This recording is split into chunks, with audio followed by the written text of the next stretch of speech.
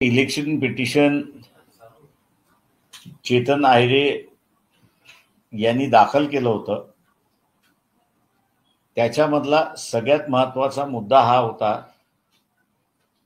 की ज्याला इंग्रजीमध्ये आपण कंडक्ट असं म्हणतो,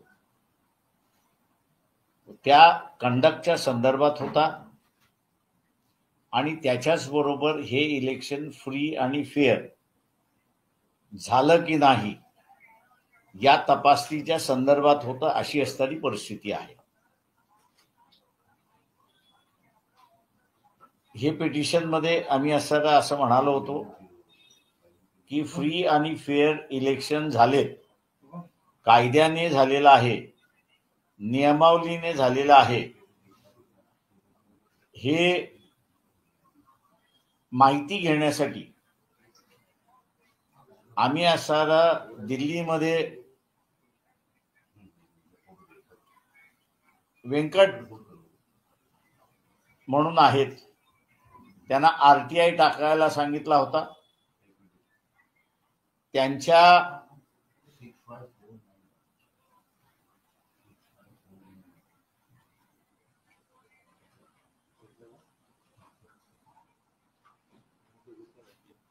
त्यांच्या आरटीआयला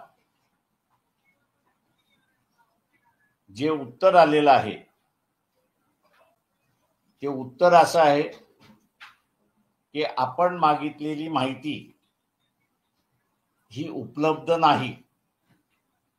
जी माहिती मागितली होती ती म्हणजे एकदा वेळ संपल्यानंतर मतदान करायचं असेल तर स्लिप वाटल्या जातात. इलेक्शन कमिशनच्याच प्रेस नोटवरनं 6.80 एवढं मतदान झालेलं आहे. हे एवढं मतदान जे आहे ते 76 लाख मतदान होतं. तेव्हा त्या संदर्भातल्या स्लिप्स आहेत का ते सांगा. दुसरं जे आहे, रिटर्निंग ऑफिसर आणि प्रिसाइडिंग ऑफिसर या दोघांना हे इलेक्शन फ्री आणि फेअर झालेलं आहे की नाही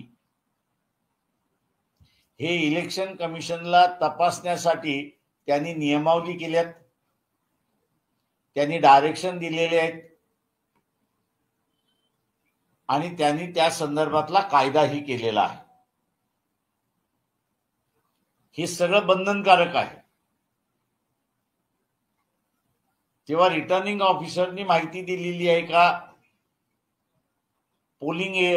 प्रिसाइडिंग ऑफिसरनी माहिती दिलेली आहे का, तर त्याचं उत्तर जे आहे ते नाही असं आलेलं आहे की आमच्याकडे हा कुठलाही रेकॉर्ड उपलब्ध नाही. असं उत्तर आल्यानंतर मुंबईच्या अध्यक्षाच्या वतीने म्हणजे चेतन आयरे यांच्या वतीने आम्ही पिटिशन दाखल केलं.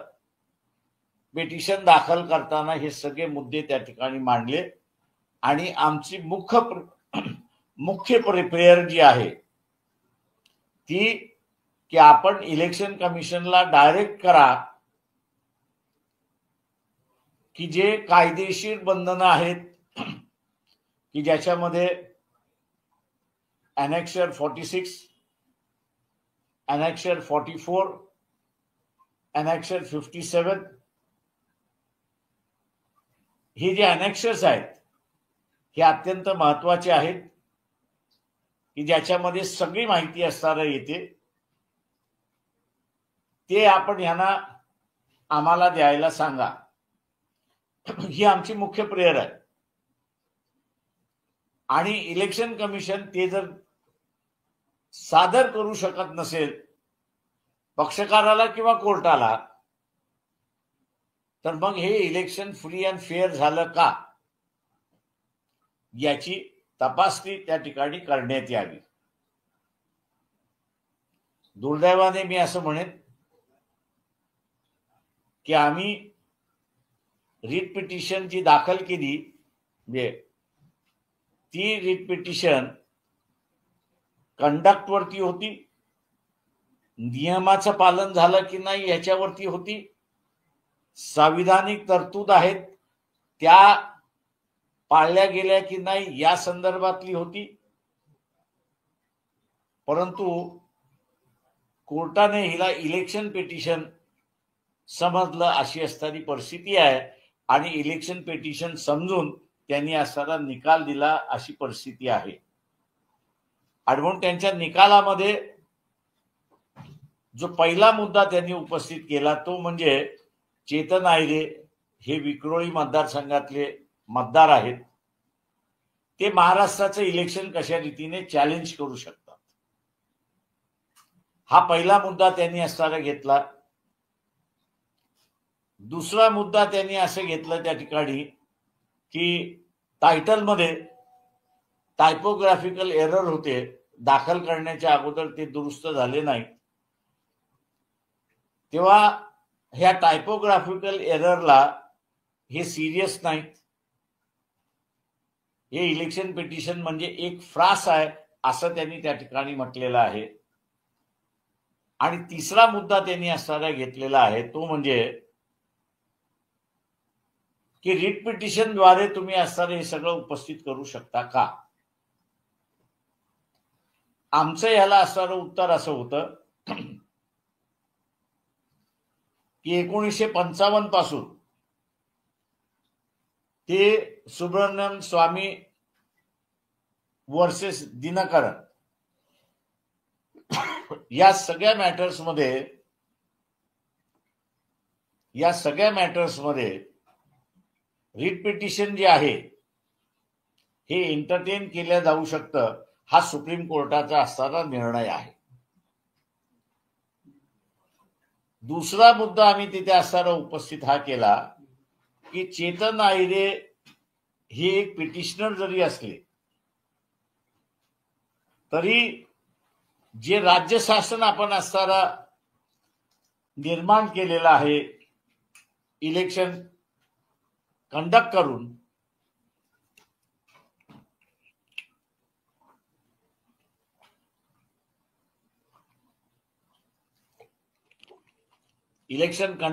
आपण असणारं जे शासन केलेलं आहे, 5 वर्ष चेतन आयरे आणि ह्या महाराष्ट्रातला नागरिक यांचं असणारं आयुष्य त्यांच्या हातामध्ये आहे. त्याच्यामुळे त्यांनी जो लोकस स्टँडीचा मुद्दा घेतला, त्या लोकस स्टँडीच्या मुद्द्याला असणारं हे होतं की ह्यांना लोकस स्टँडी नाही 288 निवडणूक चॅलेंज करण्याची. आम्ही असं म्हणालो की अधिकार आहे हा सुप्रीम कोर्टानेच त्या ठिकाणी असणारं हे केलेलं आहे आणि म्हणून धांदली झाली की नाही याचं आपण असणारं तपासण्यात यावं. पण दुर्दैवाने आम्ही इलेक्शन कमिशनचं प्रेस नोट सुद्धा आमच्या पिटिशनला जोडली.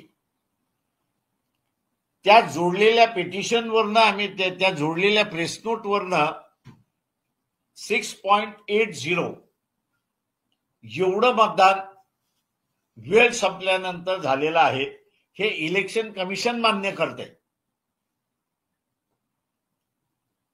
परंतु त्याच्याच बरोबर जे अनालिसिस आलं होतं त्याच्यानंतर लोकसत्तेमध्ये, त्या लोकसत्तेचा आर्टिकल आम्ही त्याला जोडलं होतं. जजमेंटमध्ये प्रेस नोटचा अजिबात उल्लेख नाहीये, पण प्रेस नोटचं म्हणजे प्रेसमध्ये आलेली बातमी आहे किंवा ह्या प्रेसमधनं आलेल्या बातमीवरती आपण कशा रीतीने विश्वास ठेवू शकतो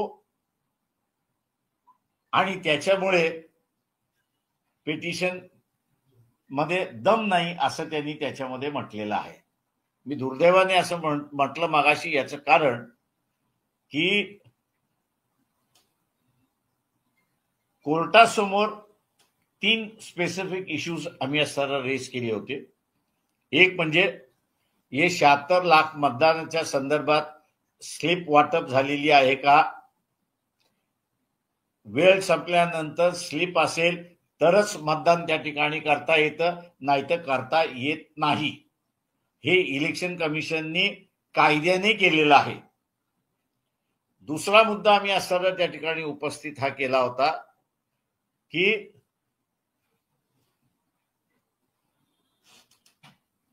झालेलं मतदान आणि मोजलेलं मतदान 96 ठिकाणी जुळत नाही अशा असणाऱ्या बातम्या आहेत. आरटीआय खाली आम्ही ती माहिती ज्यावेळेस विचारली त्यावेळेस ही माहिती आमच्याकडे उपलब्ध नाही असं इलेक्शन कमिशन त्या ठिकाणी म्हणतंय. तेव्हा ही माहिती सुद्धा त्यांनी आम्हाला द्यावी आणि माहिती येत नसेल तर कोर्टाने मग एक्झामिन करावं आणि त्याच्यामध्ये रिप्रेझेंटेशन ऑफ पीपल्स ऍक्ट हा जो आहे 1951 सेक्शन 66 मध्ये असं नमूद करण्यात आलेलं आहे, पार्लमेंटने नमूद करण्यात आलेलं आहे की झालेलं मतदान हे 17C मध्ये येतं, त्या फॉर्मॅटमध्ये येतं आणि मोजताना त्या मशीनमधनं कमी अधिक मतदान झालं आलं तर रिटर्निंग ऑफिसरची पहिली ड्युटी आहे की त्यांनी इलेक्शन कमिशनला कळवणं गरजेचं आहे आणि इलेक्शन कमिशनने डायरेक्शन दिल्यानंतर मगच निकाल डिक्लेअर करता येतो. त्याच्यामुळे कायदेशीर प्रश्न आम्ही असा विचारला होता की इलेक्शन कमिशनला न विचारता अशा मतदारसंघातली जाहीर झाला असेल तर हे कायद्याला धरून आहे का याच्या संदर्भातला निकाल आपण त्या ठिकाणी द्यावा. तिसरा मुद्दा जो होता आमच्या ह्या सगळ्या याच्यामध्ये की हे संविधानाला धरून इलेक्शन आहे का, नियमाला धरून इलेक्शन आहे का आणि जे नियमावली पार्लमेंटने केलेली आहे आणि जी नियमावली इलेक्शन कमिशनने केलेली आहे ती पाळल्या गेली काय का याचा आपण असं तपास घ्यावा. पण यापैकी कुठल्याही गोष्टी जजमेंटमध्ये त्या ठिकाणी नाही.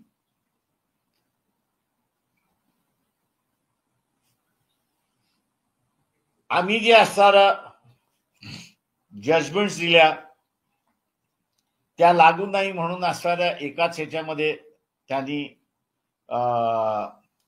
उडवून लावलं आणि या पिटिशनमध्ये दम नाही म्हणून त्यांनी रिजेक्ट करून टाकला अशी असणारी परिस्थिती आहे. पण रिट खाली हे प्रश्न उपस्थित करता येतात का हा जो महत्वाचा होता त्याचं त्यांनी उत्तरच त्या ठिकाणी दिलेलं नाही. माझं म्हणणं असं आहे त्याच्यामध्ये की या माहितीच्या अधिकाराखाली माहिती मिळते पण ती नाही मिळाली तर कोर्टामध्ये आपण असताना जातो आणि कोर्टाकडून ती असताना माहिती आपण त्या ठिकाणी मागतोय. दुर्दैवाने याचा परिणाम आता अनेक निर्णयावरती होण्याची शक्यता आहे आणि त्याच्याच बरोबर ज्याला कोणाला कोर्टामार्फत माहिती पाहिजे त्याला हे जजमेंट त्या ठिकाणी दाखवल्या जाईल आणि माहितीच्या अधिकाराला टाळं लावण्याचा कामकाज त्या ठिकाणी झालाय अशी असणारी परिस्थिती आहे. दुसरं महत्वाचं याच्यामध्ये की इलेक्शन कमिशन ज्यावेळेस स्वतःहून म्हणतंय की बाबा 76 लाख मतं इलेक्शन नंतर झालेली आहे म्हणजे वेळ झाल्यानंतर झालेली आहे. कोर्टाची पहिल्यांदा ड्युटी आहे ते एक्झामिन करणं, ट्रायफल मॅटर्स मध्ये न जाणं, ते एक्झामिन करणं की हे कायदेशीर झालं आहे की न झालंय त्याच्यामध्ये अजिबात कोर्ट गेलेलं नाही अशी परिस्थिती आहे. याचा असणारं मी म्हणेन चॅनल असेल, वर्तमानपत्र असतील, एडिटर्स असतील, या सगळ्यांना माझी असणारी विनंती आहे की हे वंचित बहुजन आघाडीचं व्यक्तिगत भांडण नाही. जी प्रथा आम्ही त्या ठिकाणी मांडली, 2 शंका आम्ही त्या ठिकाणी व्यक्त केल्या की हे जर डॉक्युमेंट नसेल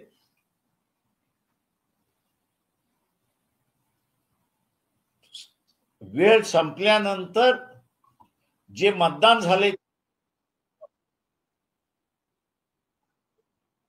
व्यक्त केल्या. एक म्हणजे जे इलेक्शन कंडक्ट करत होते त्यांनीच वेळ संपल्यानंतर बटणं दाबायला सुरुवात केली नाही का? आता ही त्यांनी जी बटणं दाबायला सुरुवात केली ही त्यांनी स्वतःहून केली की इलेक्शन कमिशनच्या ऑफिसमधनं त्यांना निर्देश आले त्याच्यावरनं झालं? कुठल्या ही प्रथा करप्ट आहे की करप्शन आहे की नाही, फ्रॉड आहे की नाही, इलिगल आहे की नाही, अनकॉन्स्टिट्युशनल आहे की नाही याची तपासणी करा असं असताना आमचं कोर्टाला विनंती होती, परंतु याच्यापैकी कुठलीही गोष्ट त्या ठिकाणी केलेली नाही. याचाच अर्थ मी असताना मानतोय एकमेव माध्यम होतं. तिथं आम्हाला बरेच जजमेंटमध्ये सल्ले देण्यात आलेले आहेत की तुम्ही रिप्रेझेंटेशन कोणाला केलं नाही, तुम्ही सरकारला केलेलं नाही. जे काही कॉन्स्टिट्यूंट असेंब्ली मधला डिबेट आणि त्या एका जजमेंटमध्ये रिप्रोड्यूस केला होता तोही आम्ही असताना कोर्टासमोर वाचला की इलेक्शन हे फ्री अँड फेअर असल्या पाहिजेत, त्याच्यामध्ये इतर कोणी असताना इंटरफिअरन्स करू नये, म्हणून फंडामेंटल राईट्स मधनं काढून आम्ही याचं वेगळा आर्टिकल मार्फत त्या ठिकाणी केलेलं आहे. त्याचं एकमेव कारण की ते इंडिपेंडेंट इलेक्शन कमिशन असलं पाहिजे, त्याच्यावरती कोणाचंही बंधन असता कामा नये. त्या अर्थी जजमेंटमध्ये आम्ही गव्हर्नमेंटकडे गेलो नाही हे म्हणणं घटनेला धरून नाही अशी असणारी परिस्थिती आहे.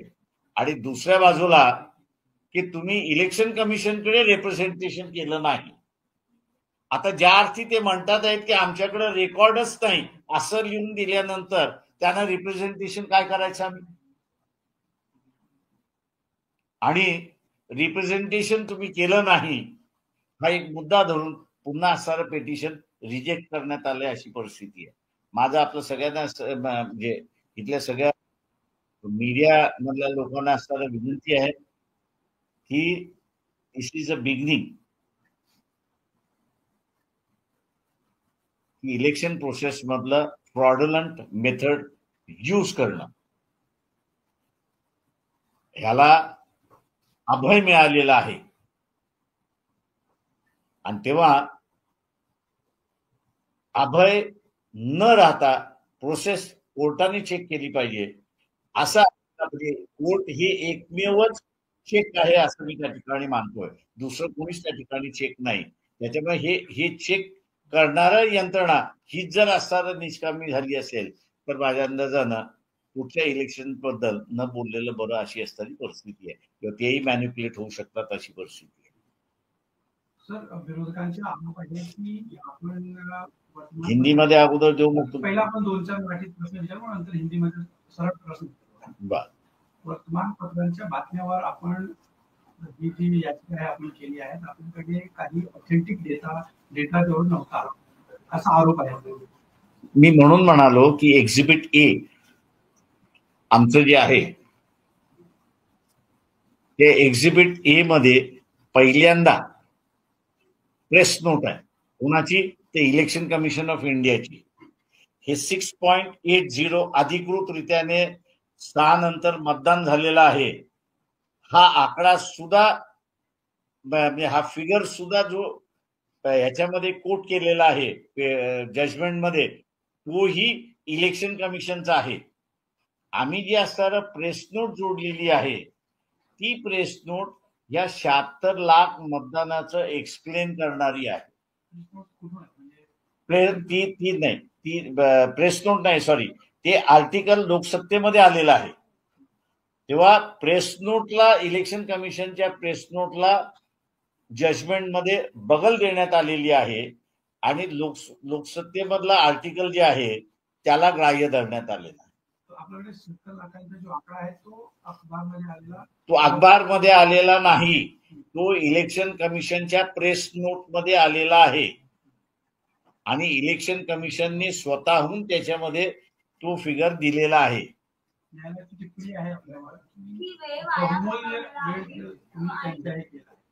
माझं म्हणणं असं आहे की आम्ही वेळ वाया घालवला आहे असं जर कोर्टाचं म्हणणं आहे,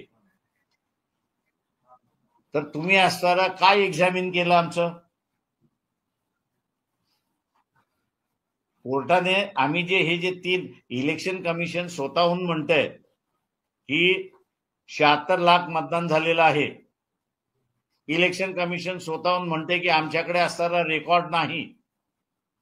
आमचा उलटा सवाल आहे कोर्टाला की हे 2 तपासतं तुमचा अधिकार तुम्हालाच दिलेला आहे, इतर कुठल्याही एजन्सीला दिलेला नाही.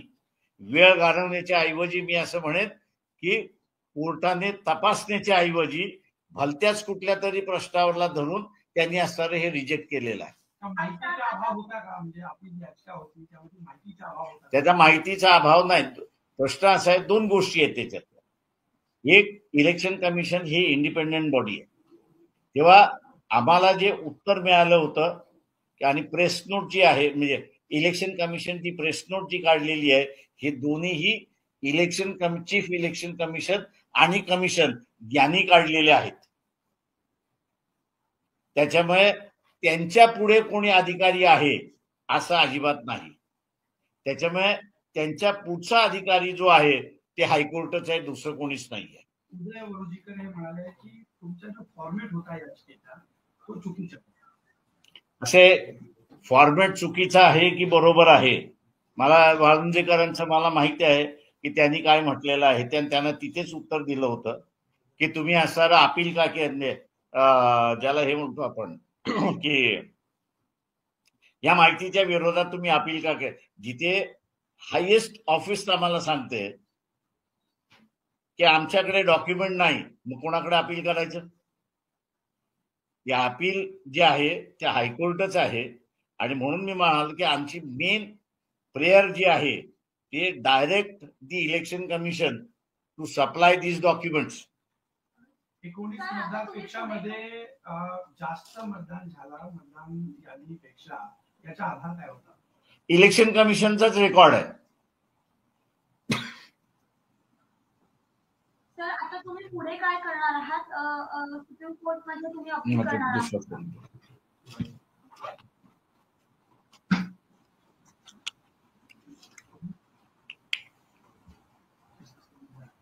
या संदर्भात सर तुम्ही सुप्रीम कोर्टात जाणार आहात?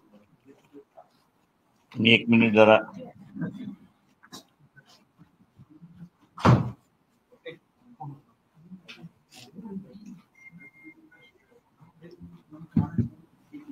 मी तुम्हाला त्याचं फॅक्च्युअल हे देतो, म्हणजे मग तुम्हाला हे होईल.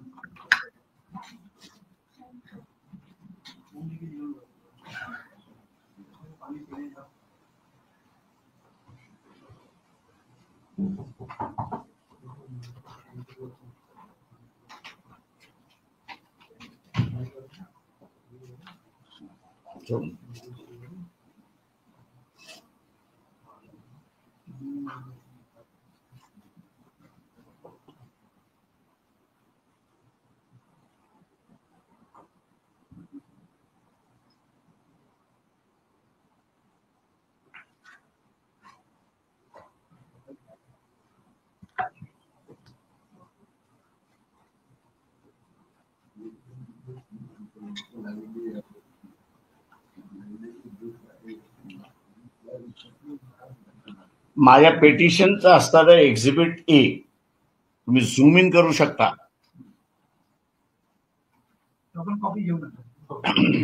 इथे इलेक्शन कमिशन ऑफ इंडियाचा प्रेस नोट आहे 20/11/2024 आणि 20/11/24 पेज वरती त्यांनी जिल्हावार टर्नआउट किती झालेला आहे त्याची माहिती दिलेली आहे. त्याच्यानंतर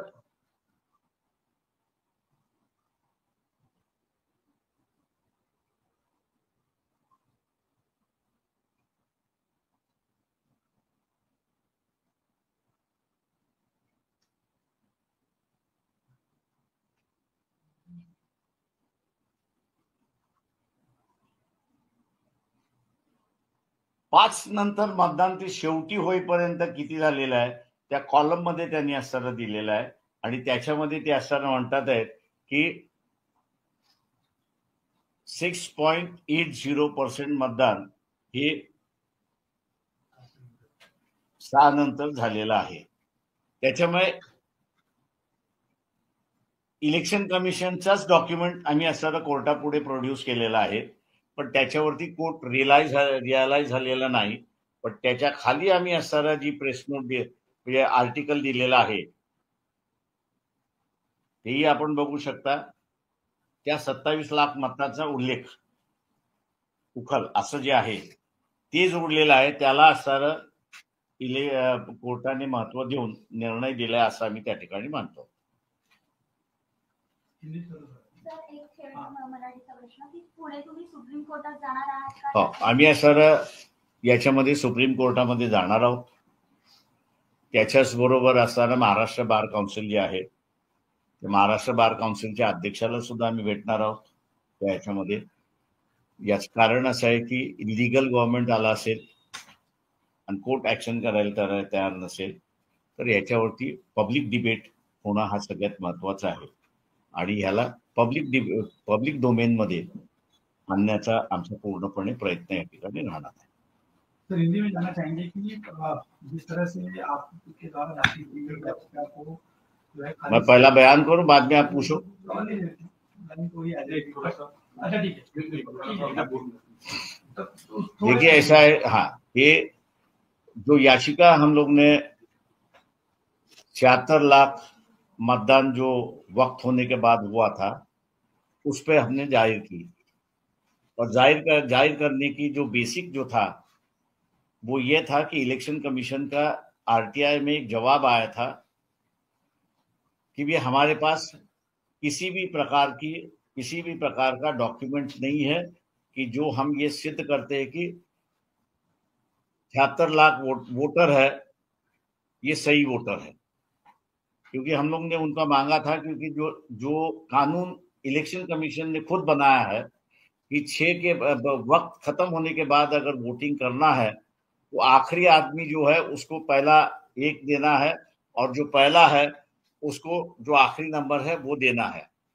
जिसके पास ये स्लिप होगा उसी को ही वक्त खत्म होने के बाद वोट करने का अधिकार है, नहीं तो नहीं है. तो इसके बारे में पहला पूछा गया था. दूसरा पूछा गया था कि काउंटिंग के वक्त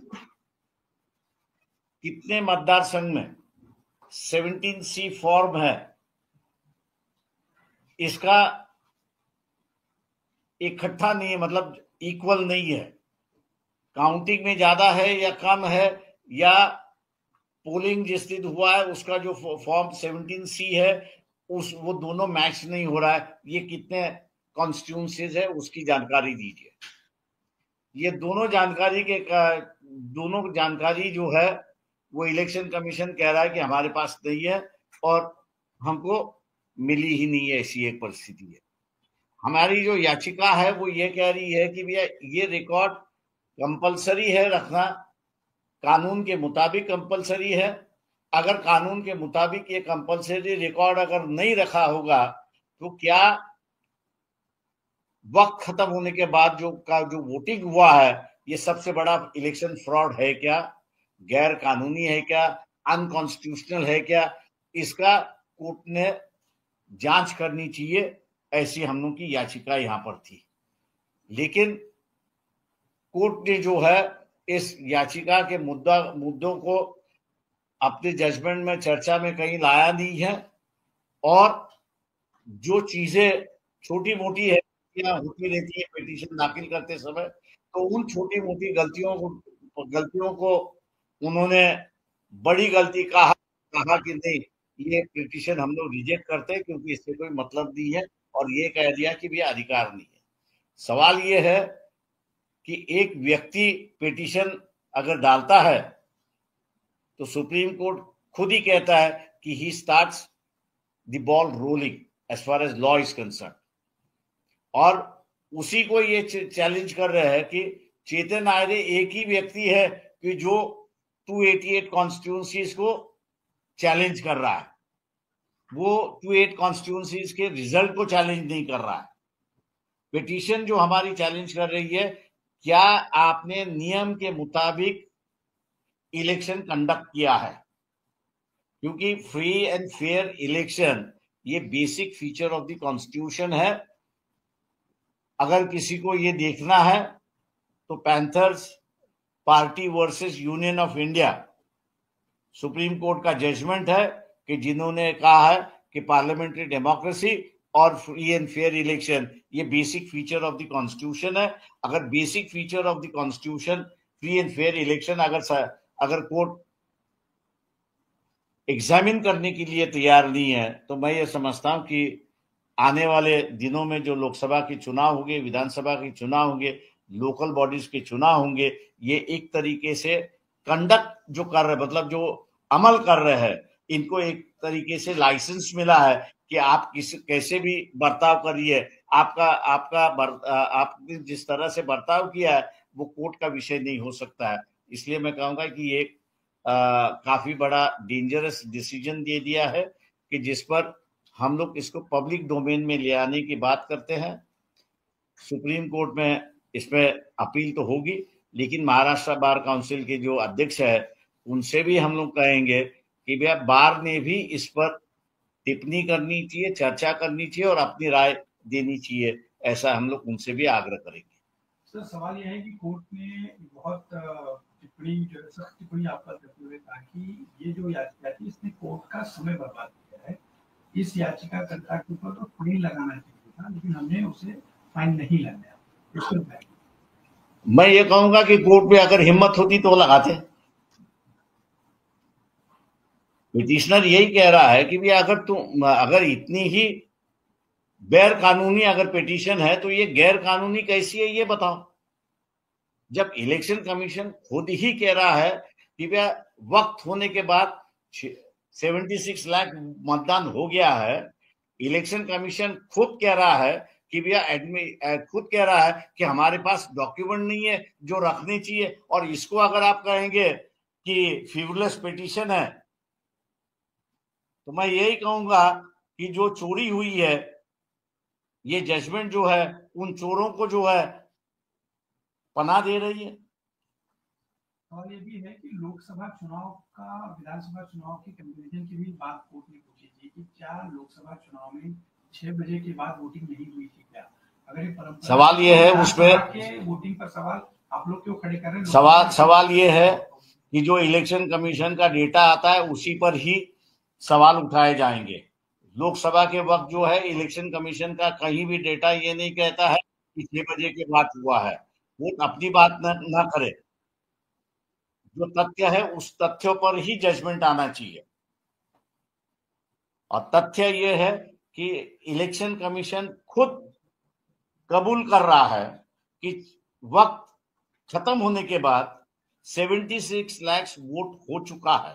जो कतार में थे वो लोग आखिर में आए, सब कतार में आए वो लोग बराबर है, लेकिन उनको भी वोट देने का एक नियमावली इलेक्शन कमीशन ने खुद बनाई है, और ये कहा है कि जब तक उसके पास स्लिप नहीं है कि वो कतार में खड़ा है, तब तक उसको वोट देने का अधिकार नहीं है। और प्रिसाइडिंग ऑफिसर और रिटर्निंग ऑफिसर पर यह जिम्मेदारी डाल दी है उन्होंने कि ये स्लिप जो है वो आपको संभालना है और इलेक्शन कमीशन को सबमिट करना है। अगर ये इस बात इलेक्शन कमीशन खुद कह रहा है कि हमारे पास कोई रिकॉर्ड नहीं है, तो आप इसको फ्रीवलेस कैसा कहेंगे? ये फ्रीवलेस कैसा है? इसलिए हम कह रहे हैं कि अगर कोर्ट को लगता है फ्रीवलेस तो उन्होंने फाइन लगाना चाहिए था। सर, इस मुद्दे पर हाईकोर्ट के ऑर्डर कॉपी उसमें पैरा नंबर 23 देखें, उसमें इस बात का जिक्र किया है कि जो पोलिंग ऑफिसर है he hasn't raised any concern in any of the seats. So how is it that this petitioner is raising this doubt on what basis? And it is calling it as an absurd doubt. सवाल क्या है कि presiding officer खुद ही चोर है और court ये expect कर रहा है कि जो चोर है वो कबूल करे कि मैंने चोरी की। सवाल ये है कि उसका 6 बजे के बाद का रिकॉर्ड जो कानूनी तौर से उसने रखना चाहिए और इलेक्शन कमीशन को सबमिट करना चाहिए, ताकि इलेक्शन कमीशन अपने आप को सेटिस्फाई करे कि हाँ, कि लाइन में लोग थे, और उस अपने आप को सेटिस्फाई करने के लिए उसने कानून बनाया कि आपको स्लिप बांटने होंगे। अगर बांटा नहीं है तो आप ये इन बातों की जिक्र जो है वो पहले पैराग्राफ में को कोर्ट ने किया है, लेकिन उस पर कोई टिप्पणी नहीं है कोर्ट की। लेकिन लोकसभा में भी तो ये हुआ होगा कि आखिरी सवाल ऐसा है कि हुआ है, लोकसभा के समय objective सवाल ऐसा है कि लोकसभा में हुआ है नहीं हुआ वो जाने। उस वक्त तो सवाल नहीं। सवाल ऐसा है कि उस वक्त हुआ ही नहीं है तो कहां से सवाल आएगा? कोर्ट अपनी तौर से थोड़ी मर्जी से कुछ बात ले आएगा। जब हुआ ही नहीं है तो हुआ ही नहीं है, जब हुआ है तब आपके सामने लोग आगे हैं। विपक्ष का आरोप है कि कुछ अखबारों की जो आर्टिकल थे उसके आधार पर आपने ये मैंने आपके सामने मैं सभी चैनल वालों को कहूंगा कि जो डॉक्यूमेंट्स मैंने अपने पिटीशन में जोड़े हुए हैं और जिस डॉक्यूमेंट का जो एक कॉपी मैंने आप लोगों को भेजी है, उसमें से 24/11 मेरे ख्याल से प्रेस नोट इलेक्शन कमीशन की है, वो हमारी प्रेस नोट नहीं है, वो इलेक्शन कमीशन की प्रेस नोट है। वो है 20/11/2024 की, और district wise appropriate voters turnout in Maharashtra at 11:30 PM तक, उसका विवरण उन्होंने ही दिया है और ये हमारे पिटीशन को ज्वाइन है। तो आप कैसे कर सकते हो कि भी हमने अखबारों का जो एनालिसिस आया है वो एनालिसिस हमने जोड़ा है। क्या कुछ कमी रह गई कोर्ट में आपकी बातें रखने में? कुछ सबूतों मैं सवाल ये है, अगर कोर्ट हमने जो मुद्दे उठाए उसको अगर एग्जामिन करता तो आप कह सकते हो कि कमी है, लेकिन जिस मुद्दों को हमने उठाया कि 46 लाख वोटर की स्लीपर वोटिंग स्लिप है क्या, आप इनसे पूछिए। जिन वोटों के अंदर डिफरेंसेस आया है फॉर्म 17C और काउंटिंग के वक्त, कानून ही कह रहा है कि you have to refer the matter to the election commission. आपने और इसका जवाब हमको क्या मिला कि हमारे पास डेटा नहीं है। अगला कदम क्या होगा? हम जो है अभी मैंने जैसे कहा कि हम लोग सुप्रीम कोर्ट तो जाएंगे इस मामले में, लेकिन ये इश्यू हम लोग पब्लिक डोमेन में ले आएंगे, क्योंकि ये जजमेंट जो है, जो अधिकारी इलेक्शन कंडक्ट करता है उसके पूरी लाइसेंस मिली है कि वो जैसे चाहे वैसे कंडक्ट करे, कानून की कोई पाबंदी उस पर लगेगी नहीं। ये जो अहम मुद्दा उसमें उभर के आया हुआ है, ये मेरे ख्याल से हम लोग पब्लिक डोमेन में ले जाएंगे और सुप्रीम कोर्ट भी ले जाएंगे। सर जब इलेक्शन होता है तो जब तक काउंटिंग खत्म नहीं होती है तब तक सभी पार्टियों जो पोलिंग एजेंट है वहाँ मौजूद होते हैं, और उनके सामने जो है काउंटिंग के बाद 40% हर चीज साइन करने के बाद वहाँ पे सील लगती है, तो उसमें उनका साइन होता है।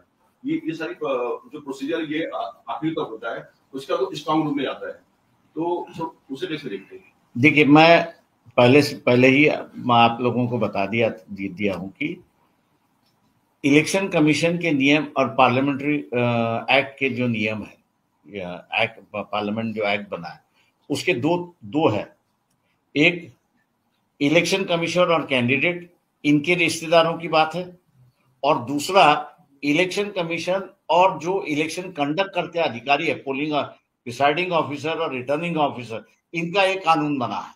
हमारी जो पिटीशन है वो चेतन आयरे की जो पिटीशन है, ये चेतन आयरे की पिटीशन इलेक्शन कमीशन और polling officer end presiding officer, इनका रिश्ता जो है और इनका रिश्ता जिस कानून से बंधा हुआ है उसको चैलेंज लेके है कि भैया ये अगर नहीं हुआ है तो इलेक्शन कमीशन कैसे समझ सकता है कि ये फ्री एंड फेयर इलेक्शन हुआ है, अनमैनेज्ड इलेक्शन हुआ है, मैनिपुलेटेड नहीं हुआ है इसमें। तो इसलिए दो दस्तावेज रिटर्निंग ऑफिसर और पोलिंग ऑफिसर को इलेक्शन कमीशन को सबमिट किया है, वो अगर उसने सबमिट नहीं किया है तो हमने कोर्ट से ये पूछा है कि what does it amounts to, इसका मतलब क्या निकलता है, आप बताइए।